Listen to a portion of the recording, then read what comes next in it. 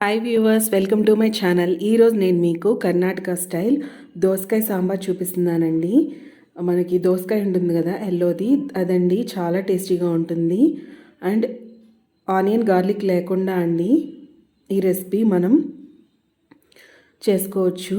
దానికోసం ముందుగా మసాలా ప్రిపేర్ చేసుకోవాలండి. ఒక ప్యాన్ తీసుకుని దాంట్లో 1 స్పూన్ ఆయిల్ వేసుకున్నాను.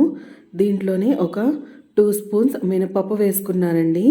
ఒక 2 స్పూన్స్ ధనియాలు కూడా వేసుకున్నాను. 1 స్పూన్ పచ్చిశనగపప్పు వేసుకున్నాను.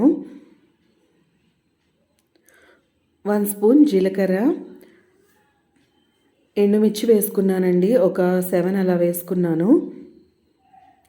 ఒక 7, 8 వేసుకున్నాను. మెంతులు ఒక 1/2 స్పూన్ వేసుకోండి, అంతకన్నా ఎక్కువ వేసుకుంటే చేదు వస్తుందండి. ఒక 2 రెమ్మలు కరివేపాకు కూడా వేసుకుని కలర్ మారేంత వరకు వేయించుకుంటున్నాను. లో ఫ్లేమ్లో పెట్టి వేయించుకుంటే మాడిపోకుండా బాగా వేగుతాయండి.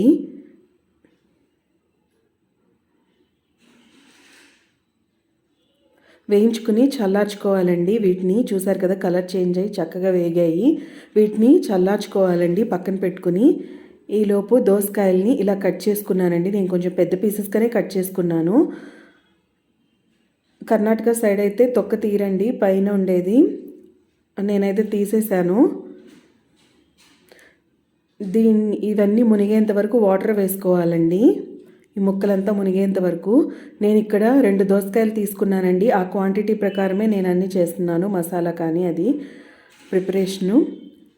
వాటర్ వేసుకున్న తర్వాత 1 స్పూన్ సాల్ట్ వేసుకున్నాను. ఒక 1/2 స్పూన్ పసుపు వేసుకున్నానండి. ముందుగా బెల్లం వేసుకున్నాను. ముందుగా నానబెట్టుకుని రసం తీసుకున్న చింతపండు రసం కూడా వేసుకున్నానండి. ఇక్కడ ఒక పెద్ద నిమ్మకాయ సైజ్ అంతా చింతపండు పడుతుందండి దీనికి.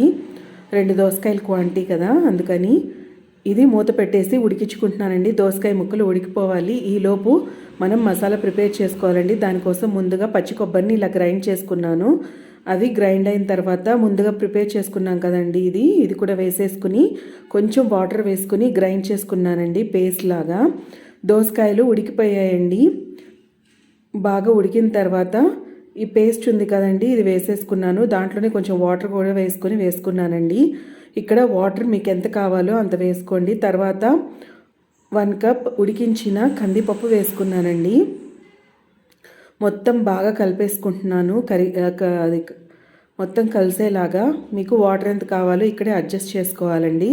తర్వాత సాల్ట్ వేసుకోవాలి మీ టేస్ట్కి తగ్గట్టు. ఇందాక ముక్కల్లో వేసామండి, కానీ ఇప్పుడు పేస్ట్ అదంతా వేసాం కదా పప్పు, అది వాటికి సరిపోదండి. కాబట్టి సాల్ట్ మీకు ఎంత టేస్ట్కి కావాలో అంత వేసుకోండి. జస్ట్ ఒక 1/2 స్పూన్ కారపొడి వేసుకున్నాను.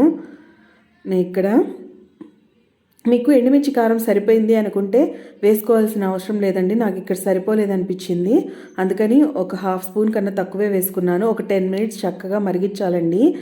ఆ పప్పు అది అంతా బాగా కలిసి ఉడుకుతుంది. తర్వాత పోపు వేసుకున్నానండి. ఆయిల్లో ఆవాలు, కరివేపాకు, ఎండుమిర్చి వేసుకున్నాను. అంతే. మీరు నెయ్యితో అయినా పోపు వేసుకోవచ్చండి, చాలా బాగుంటుంది.